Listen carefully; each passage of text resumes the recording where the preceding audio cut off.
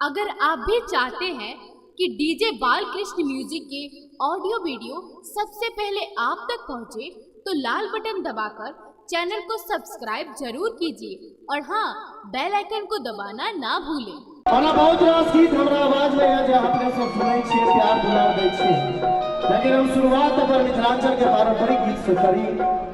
खबर non stop सुनाबी और तकर बाद फिर हम आगू बढ़ब।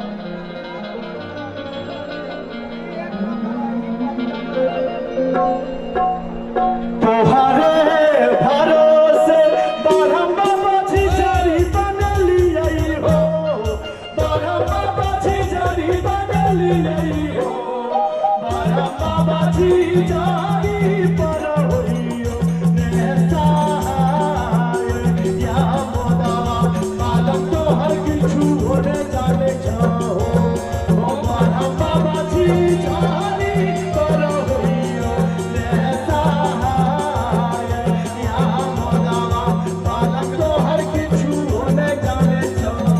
ताली बजबैत रहबै सब गोटे और भैया ढोलक के बजबैत रहबै।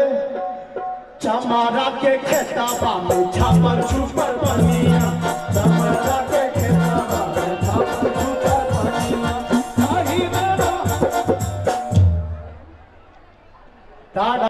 चमारा के खेतवा में छापर छुपर बनिया, चमारा के खेतवा में छापर छुपर बनिया, ताही मेरा है जे सुंदर बबले हो रहा, ताही मेरा है जे सुंदर बबले हो रहा।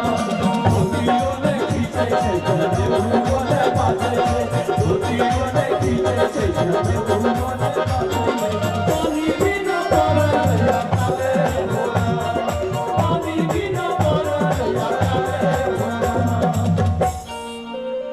हायाजी के जते हाजीपुर के जते पटना के जते बेतिया सोसिए, हायाजी के जते हाजीपुर के जते बड़ा बोले जते बड़ा बोले सोसिए, आया बोले से बेतिया सोहरिए जी के जते बेतिया सोहरिए जी, बाबा जते हाजीपुर में भैया जते पटना दिया जते बेतिया